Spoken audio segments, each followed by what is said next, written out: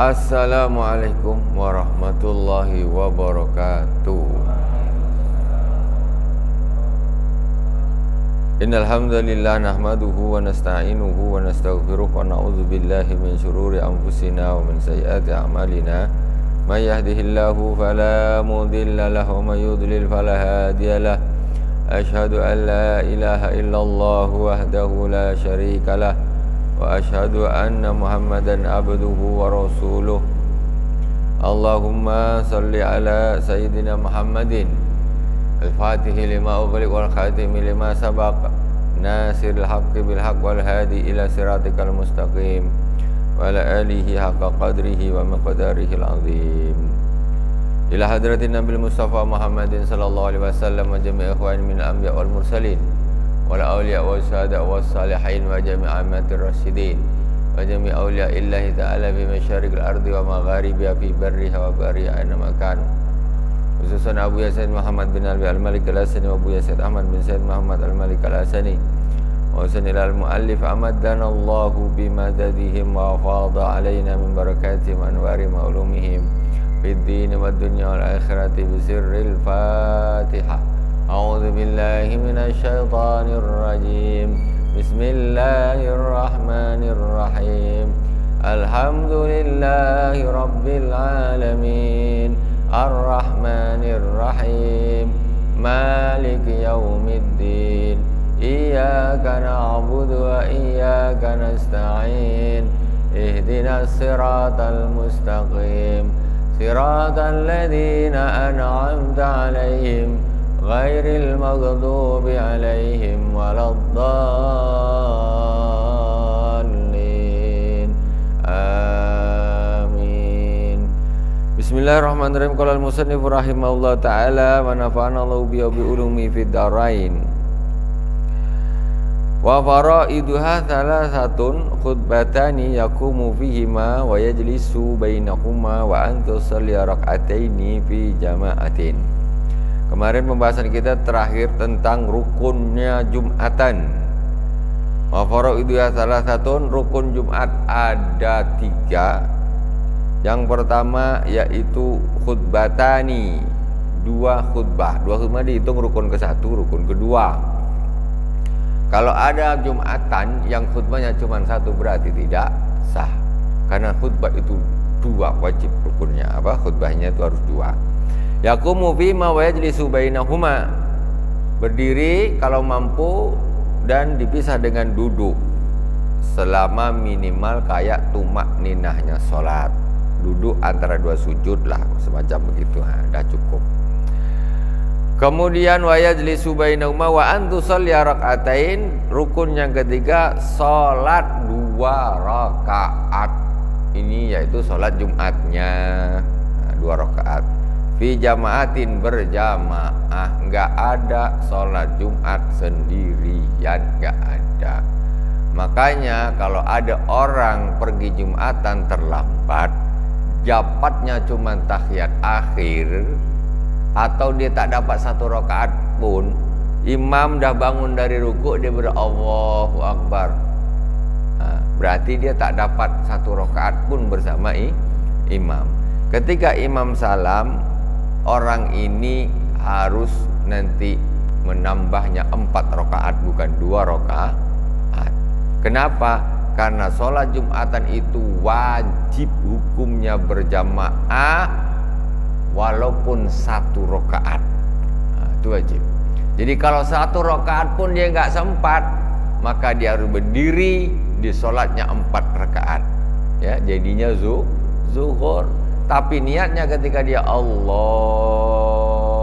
ini surat fardu Jumat, walaupun dia tinggal tahiyat akhir, masuk ke masjid dah tahiyat akhir, macam mana nih? Solat saja, niatnya solat Jumat, Allahu Akbar. Setelah imam salam, berdiri lagi. Solatnya berapa rakaat? 4 rakaat. Itu. Kenapa kok begitu?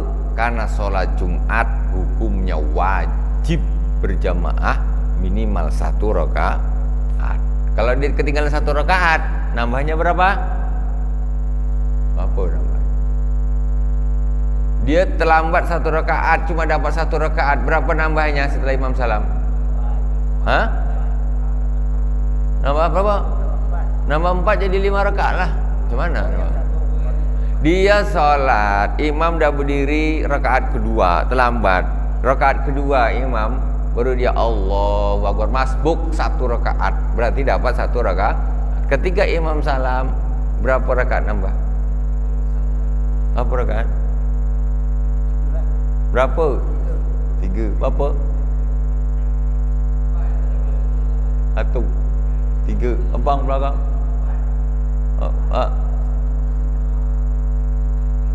Apa? Baru datang. Berapa? 3. 1. Apa? Saya ulangi, Jumatan itu wajib minimal 1 rakaat bersama imam, minimal. Kalau kurang dari 1 rakaat, berarti dia harus sholatnya jadi zuhur. Kalau dia dapat 1 rakaat, berarti sholatnya jadi apa? Jumat. Jumat berapa rakaat? Kalau ketinggalan 1, tambah berapa? Tambah 1. Tambah 1. Kalau dapat 1 rakaat, berarti dia dapat minimalnya orang sholat Jumat itu 1 rakaat sama imam. Habis itu dia berdirikan sendiri. Nah, tapi karena dia dah dapat minimalnya, dia tinggal nambah 1 lagi sendiri. Jangan 3, jangan 4. Kalau 4 jadi 5. Nah, tak boleh, tak ada sholat 5 rakaat tak ada. Nah, kecuali sholat di jamak maghrib sama isya jamak, tapi itu pun salam dulu. Nah, itu. Berapa rakaat Rio? Nambahnya berapa? Kamu lambat pula. Nah, jadi jelas tuh ya tuh, jangan salah tuh.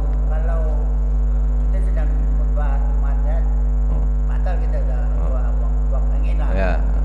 Jadi itu tetap tak ada masalah. Tak ada masalah. Tak ada masalah. Khutbah 2 khutbah ini rukunnya Jumatan, bukan rukunnya sholat Jumat, maksudnya bukan. Rukunnya Jumatan secara keseluruhan. Jadi Jumatan itu dianggap sah, walaupun ada yang terakhir orang datang dah komat, kan dia tak dapat khutbah. Tapi Jumatan masjid itu rukunnya komplit. Dia entah dapat telur asin pun tak dapat. Tak dapat. Karena orang yang khatib dah di atas mimbar tu dapat telur asin lah, dapatlah telur asin, dapat bait, telur asin aja dapat. Masalah kemarin kita sudah bagi belum di sini belum ya? Masalah di sini tidak disebutkan ya. Waktu pertama, kedua, ketiga, keempat, kelima itu yang dapat onta, dapat lembu, dapat udah ya. Ah, itu deh. Kita setengah jam tuh time orang dapat ayam kita baru datang. Kadang itulah khatib dah ke atas mimbar baru datang. Ah, telur asin lah tuh. Telur asin. Kalau yang dah komat tuh telur puyuh entah dapat entah tidak, tak tahulah. Entahlah, walau alam lah tuh. Hah? Apa?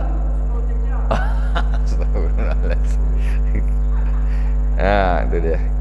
Kita lanjutkan. Dah selesai salat Jumat begitu. Sekarang tinggal wahai atuha arba'u khisalin. Sunnahnya Jumatan ada 4. Sunnahnya Jumatan ada 4. Pertama, ahaduha al-ghuslu liman yuridu huduraha min zakarin au unsan hurran min zakarin au unsan hurrin au abadin muqimin au musafirin.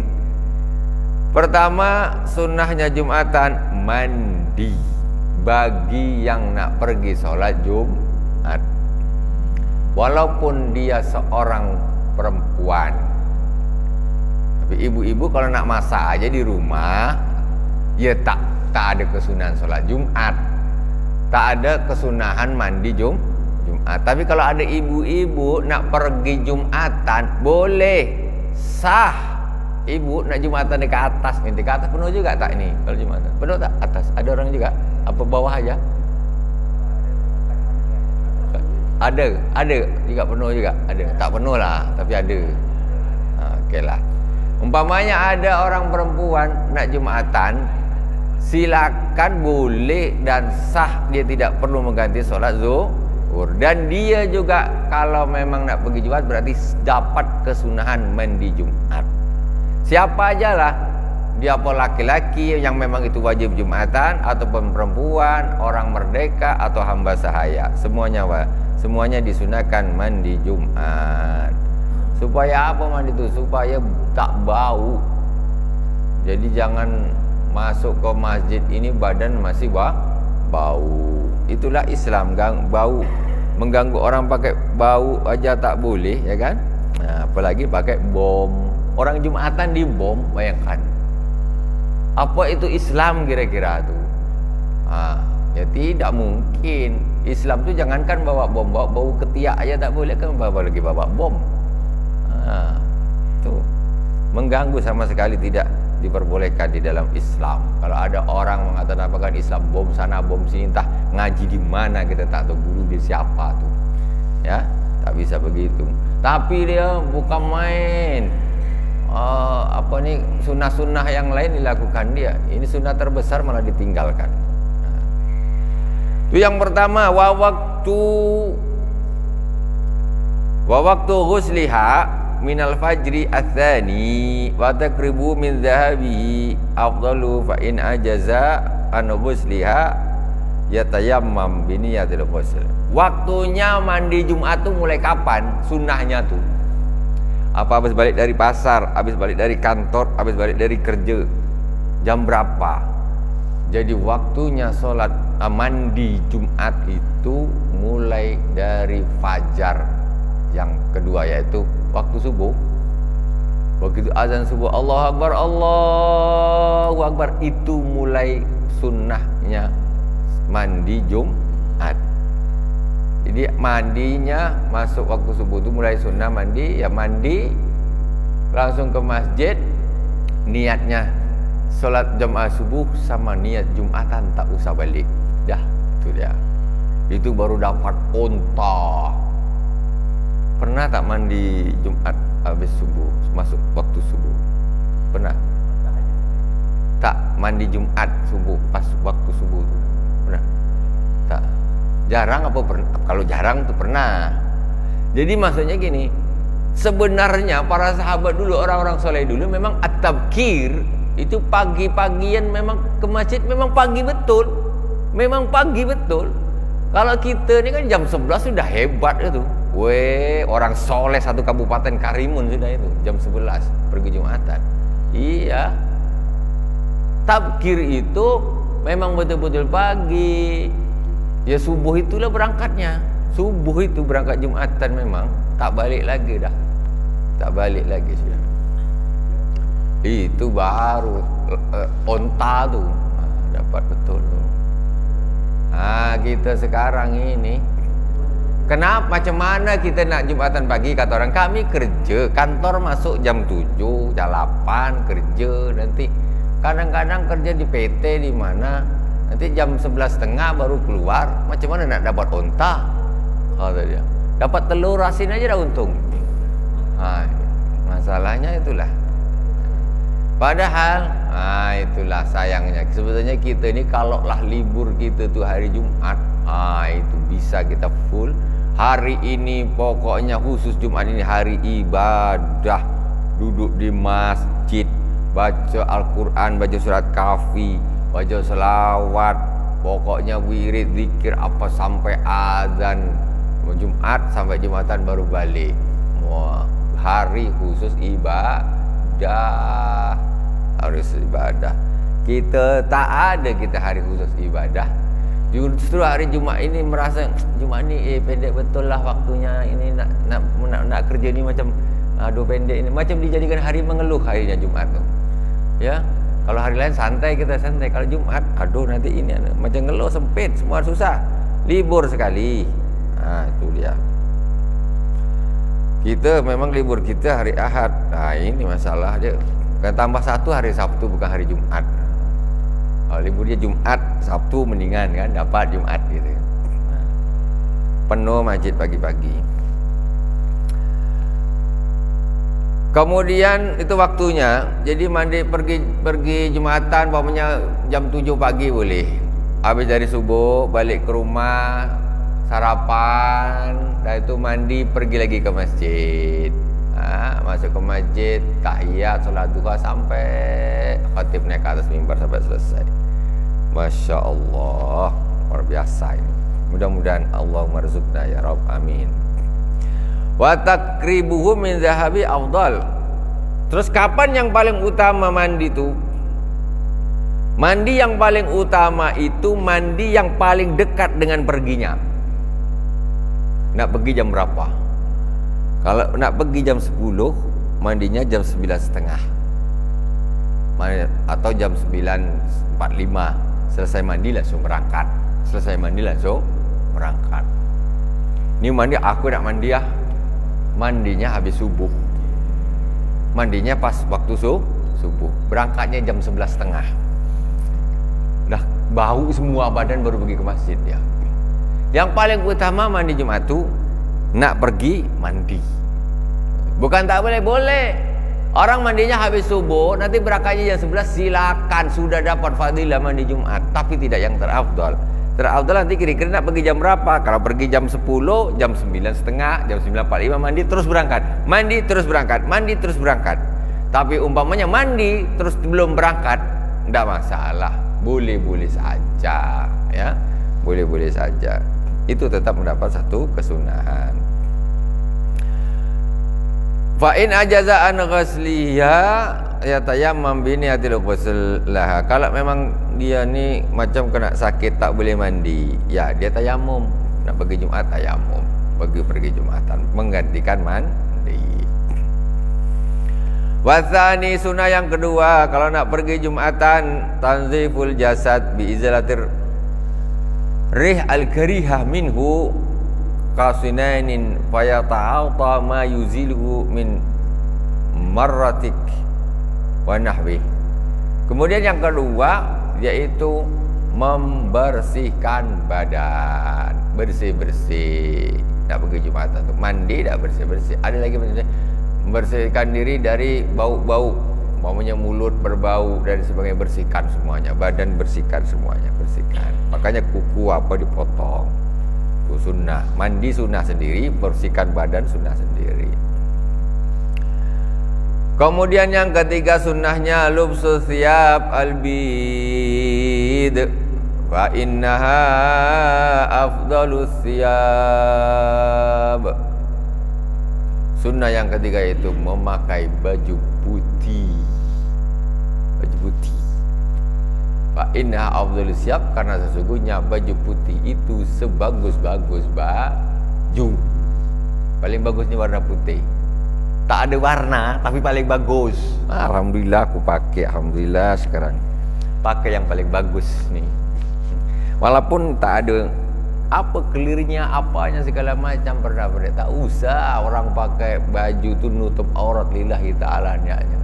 Tak usah karena masa bergaya ada gininya, ada macam macam-macam perhiasan. Untuk apa tu? Untuk apa kan? Biar ganteng, biar gaya, karena siapa berarti? Karena manusia. Kita pakai baju ini ibadah.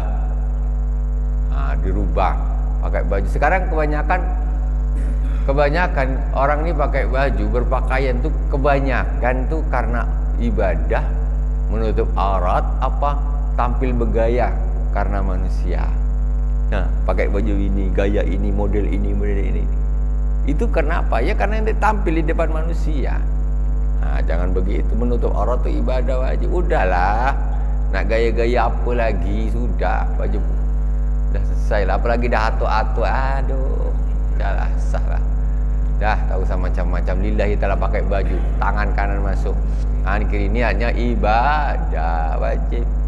Pakai atuk-atuk baju nak bergaya, entah apa-apa dikasih pernik-pernik macam-macam. Kurang kerjaan tu.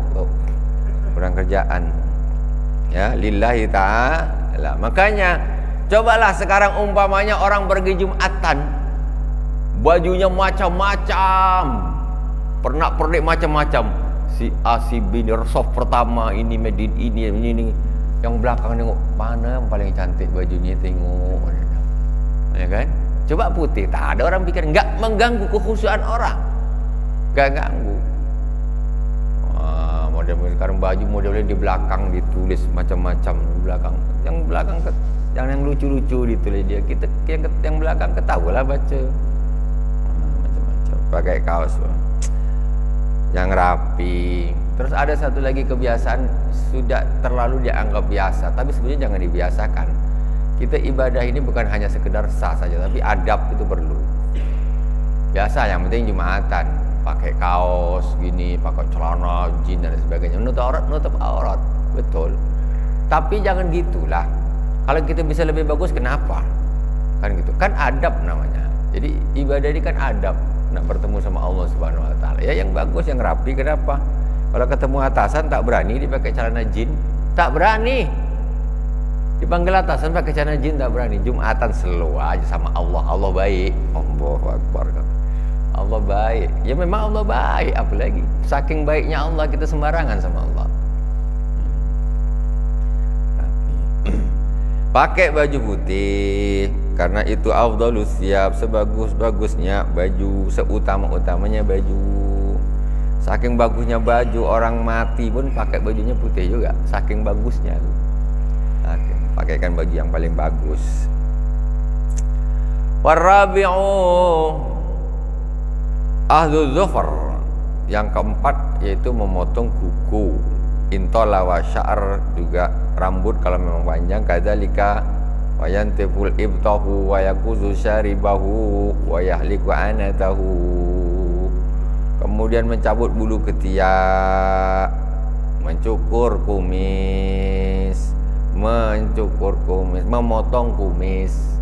Kumis ini dipotong, dipendekin. Yakusu itu digunting, berarti digunting dia. Tak di, kalau tahlik ini dipakai pisau cukur. Nah, jadi bahasanya syekh di sini. Jadi kalau kumis ini dipendekkan, digunting, dirapikan. Kalau ana bulu kemaluan tahlik, dicukur. Nah, dicukur. Jangan dibalik, kumis dikerok, ini digunting. Ya, maksudnya gitu. Kalau ketiak dicabut, lain-lain. Ya. Rambutnya sama, tetapi cara untuk membersihkannya beda-beda. Ketiak dicabut, kumis digunting. Ya, rambut kemaluan dicukur. Lain-lain tuh caranya tuh. Jangan dibalik-balik. Balik-balik bahaya. Nah itu. Cuman ada sebagian orang berpendapat kumis itu ditahlik karena mereka memaknai hadis Rasulullah SAW, ya, itu dimaknai dengan kata bersihkan maksudnya disuruh dihabiskan. Tapi sebetulnya kalau saya cenderung yang seperti inilah. Berarti Syekh di sini juga mengambil pendapat kalau kumis itu tidak dicukur, licin, tidak, karena semuanya Allah Subhanahu wa taala ciptakan itu mesti ada faedahnya, maka jangan dihilangkan.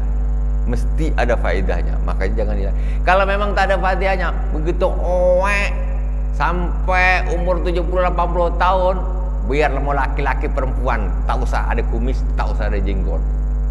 Tapi kenapa Allah kasih? Mesti ada manfaatnya. Tinggal kita ngaturnya sajalah. Jika kita tak Allah, aku tak naklah buang. Allah kasih engkau tuh mesti ada faedahnya. Jangan kau buang, rapikan, betulkan. Yuk. Oh, yaitu sunnahnya tuh malam Jumat, malam Sabtu, malam Ahad, malam Senin, malam Selasa, malam Rabu, malam Kamis.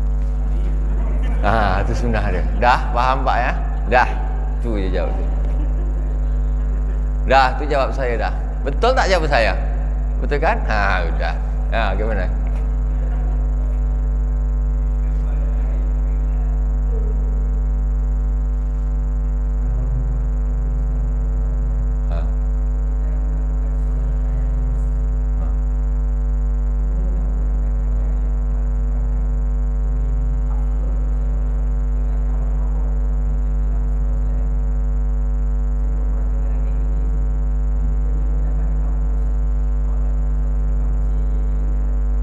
lebih afdal.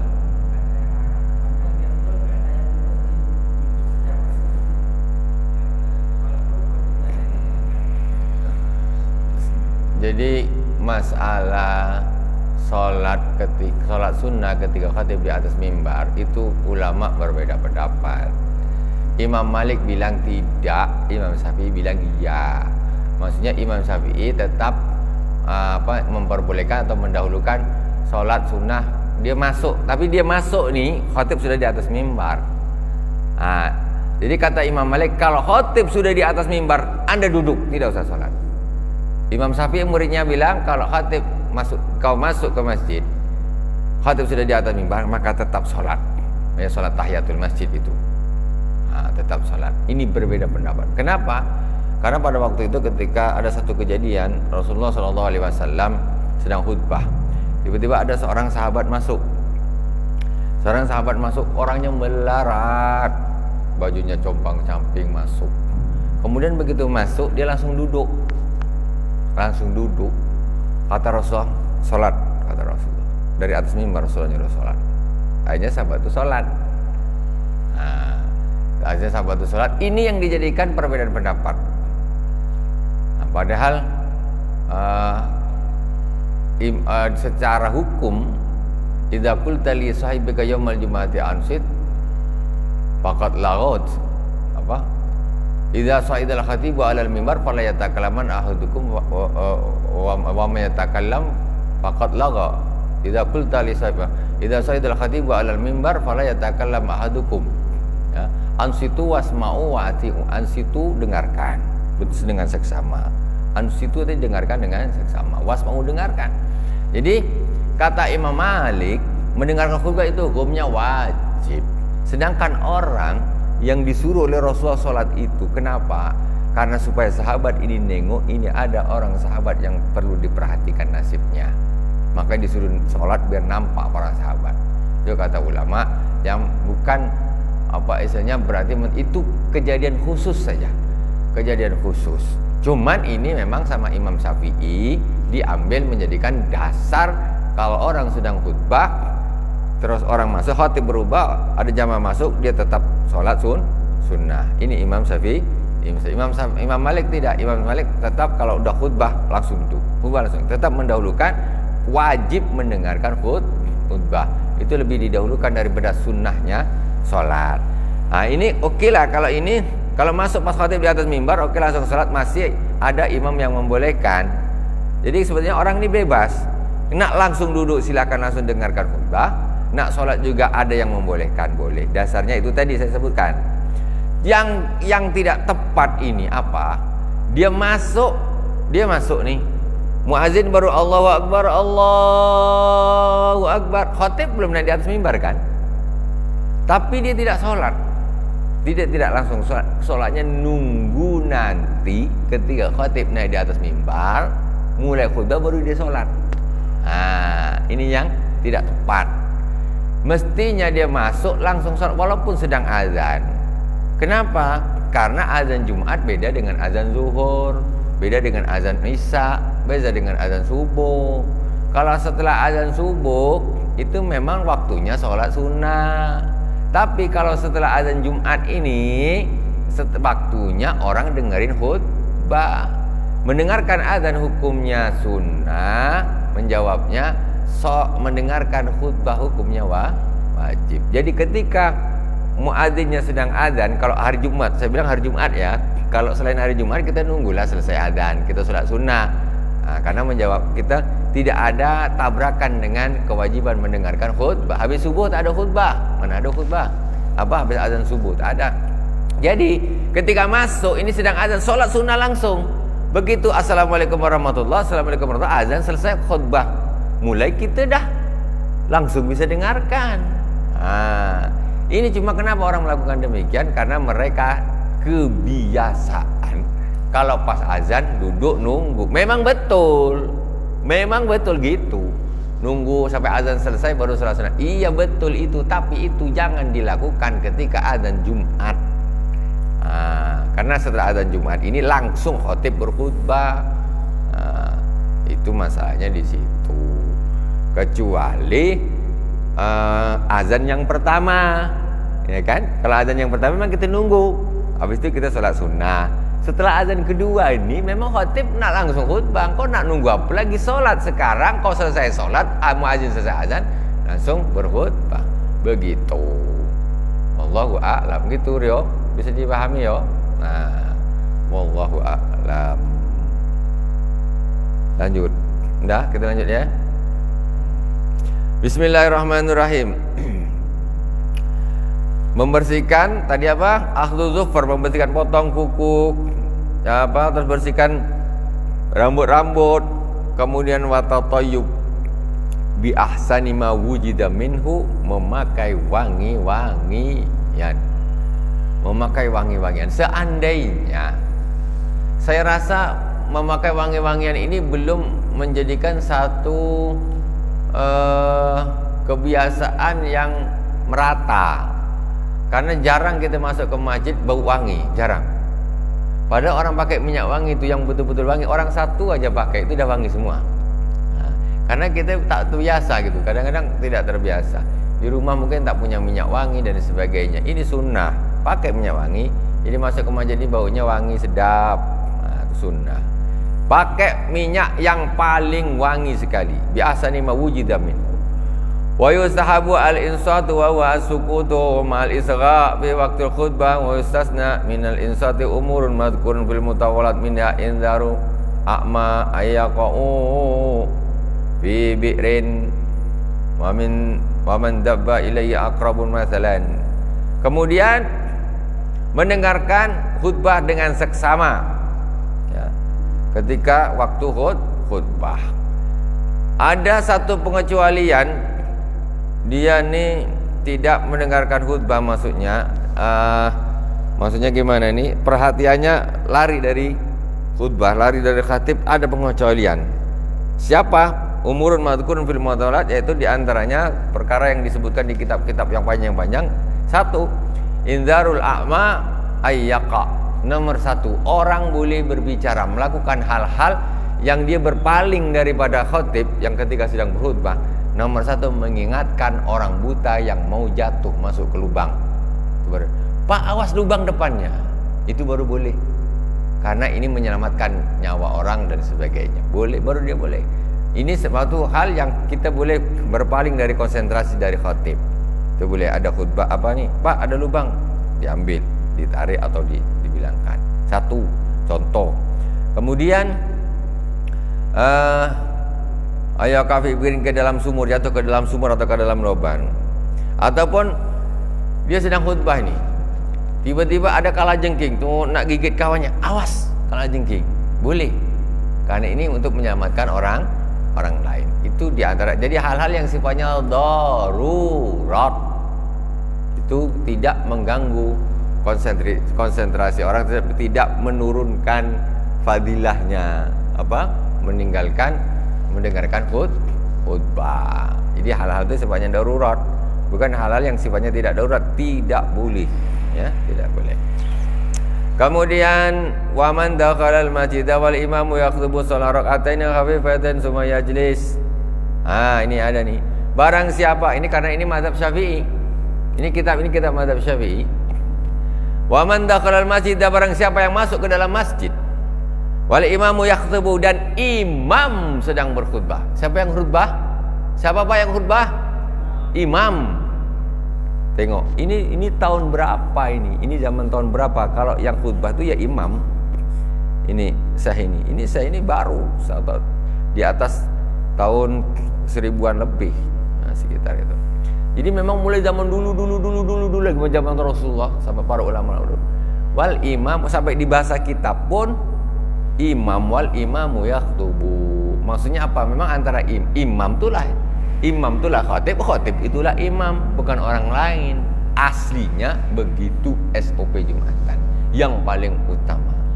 Kalau dibagi yang khatib lain, yang imam lain, apa? Boleh. Nah, itu saja. Afdol tidaklah. Sah, masih sah Jumatannya itu. Dikatakan kalau yang khatib lain, yang imam lain, Jumatannya masih sah, maksudnya tidak batal, boleh. Tapi yang afdal wal imamu yakhutubu, dan imam sedang berkhutbah, berarti yang khutbah itu mulai zaman dulu itu imam. Nah, itu sampai di zaman Rasulullah, iya.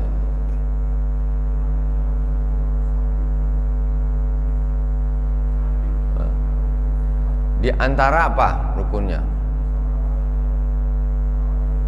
Ya. Sekarang begini, kalau bisa ya sebelum dia turun, tapi kita juga harus jeli.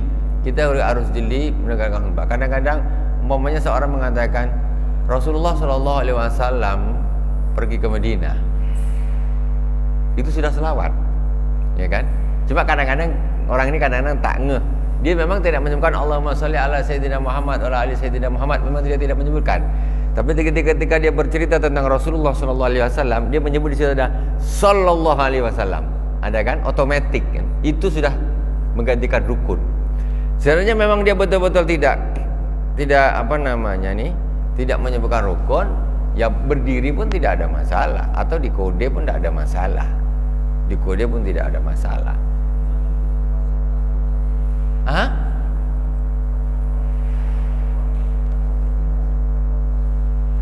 Berwasiat kepada takwa, meninggalkan itu. Berwasiat kepada takwa itu tidak harus menggunakan kata wasiat, enggak wajib. Maunya bapak-bapak jamaah berjamaah yang dirahmati Allah Subhanahu wa taala, sholatnya kita tuh jangan bolong-bolong. Itu saja. Sholat yang rutin jangan bolong-bolong. Itu sudah wasiat takwa namanya. Ya. Jadi ajakan kepada takwa, intinya gitu wasiat tuh. Insya Allah 1 bulan lagi kita akan menghadapi bulan suci Ramadan, dan kita sebagai seorang mukmin janganlah sampai tidak berpuasa. Itu wasiat takwa sudah namanya. Walaupun dia tidak makan usikum wa nafsi bitaqwallah, tidak apa-apa. Tidak apa. Jadi tidak harus menyebutkan kata aku berwasiat kepadamu dan diriku, enggak harus. Gitu Pak ya. Jadi yang penting orang tuh naik ke atas mimbar nih, maksudnya apa? Dia tidak hanya bercerita tentang kancil dan buaya. Tak ada cerita nyuruh sholat, tak ada nyuruh sedekah, tak ada. Tak kita bilang, banyak cerita kita harus banyak-banyak bersedekah. Ya, umpamanya kita cerita tentang sedekah, itu sudah wasiat takwa. Umpamanya dia memang lupa, dia tidak menyampaikan usikum wa nafsi bitaqwallah, ataupun dia melarang, jangan kita mendekati zina, haram, jangan mabuk, jangan judi. Tak ada wasiat bahasa aku berwasiat kepada takwa. Itu sudah wasiat takwa, sah, tidak ada masalah. Dan juga perlu diketahui juga ada ulama yang ini kita ini mazhab Syafi'i. Ada ulama mazhab Imam Hanafi yang penting orang khutbah itu ada irsyad. Maksudnya apa nih? Dia ini mengarahkan. Maksudnya tidak ada, maksudnya tartib.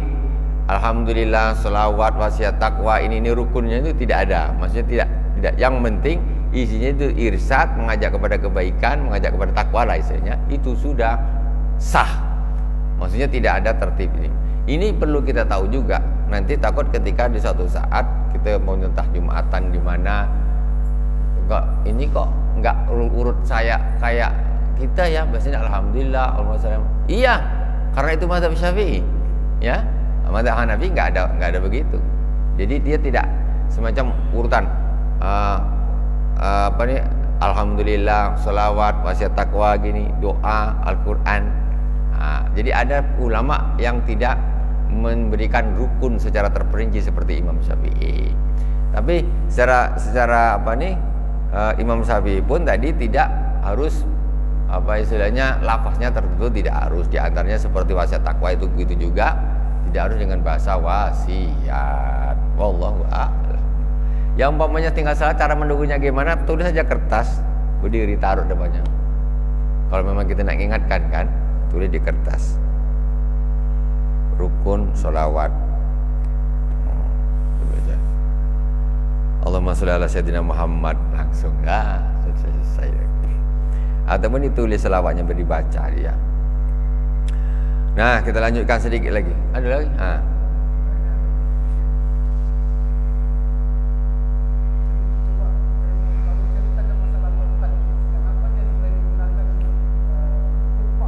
Ya.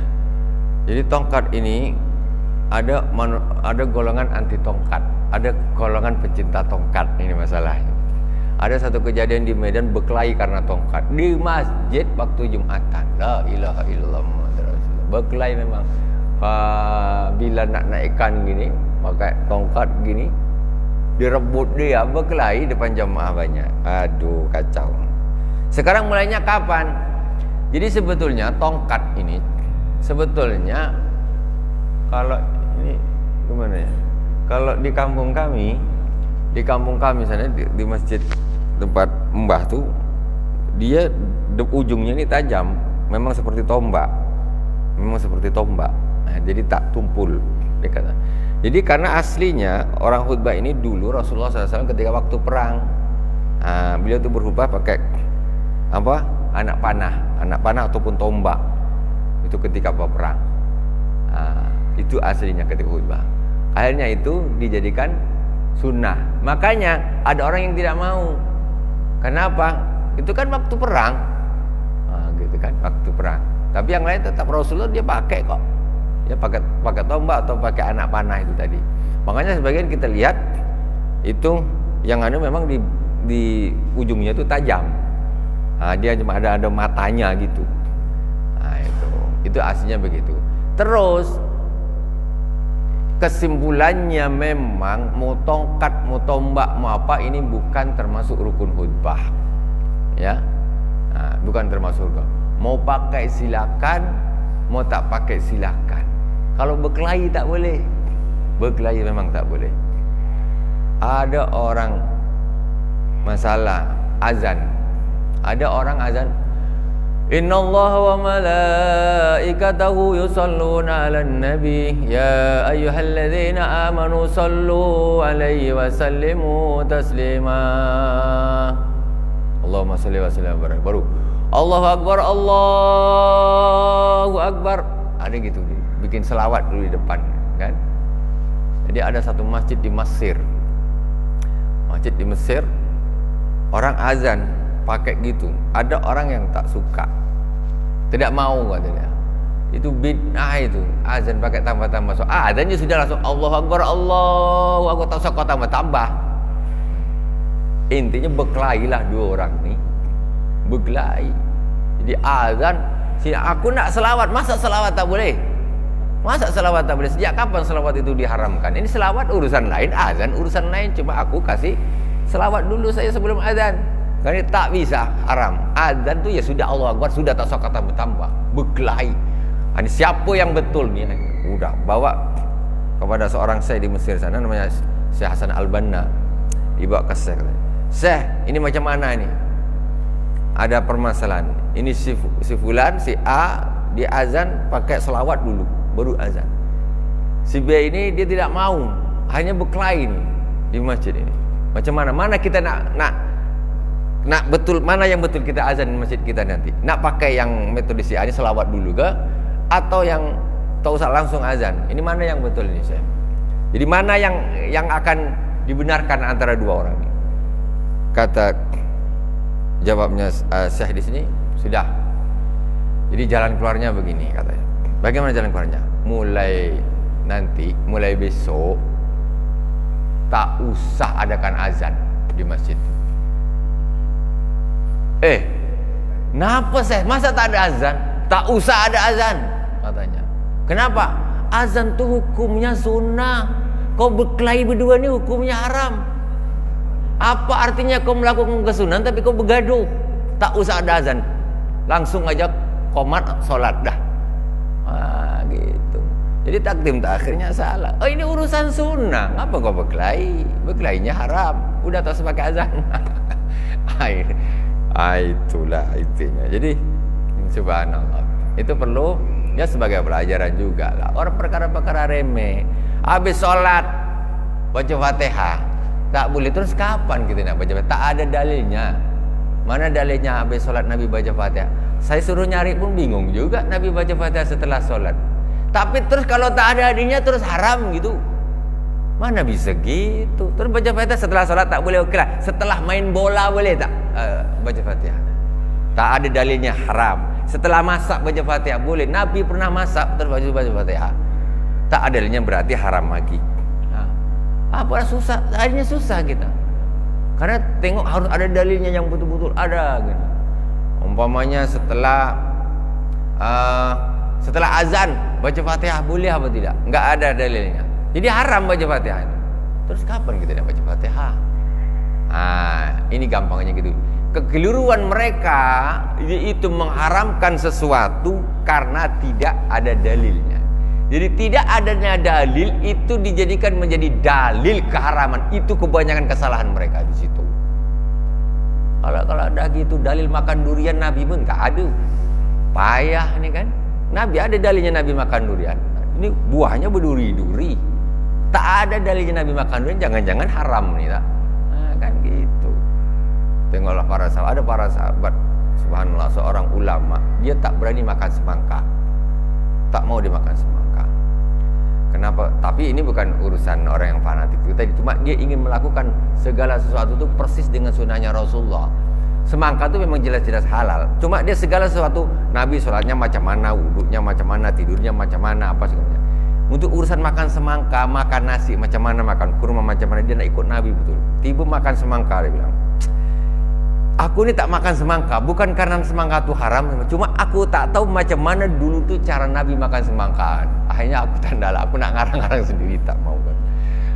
Wallahu subhanahu wa ta'ala alam. Tapi ini kasusnya lain, bukan kasus kalau tak ada, dia tidak mengharamkan. Lain, ini orang yang cintanya dia dengan sunnahnya Rasulullah, dia ingin melakukan segala sesuatu pokoknya persis Rasulullah, persis Rasulullah.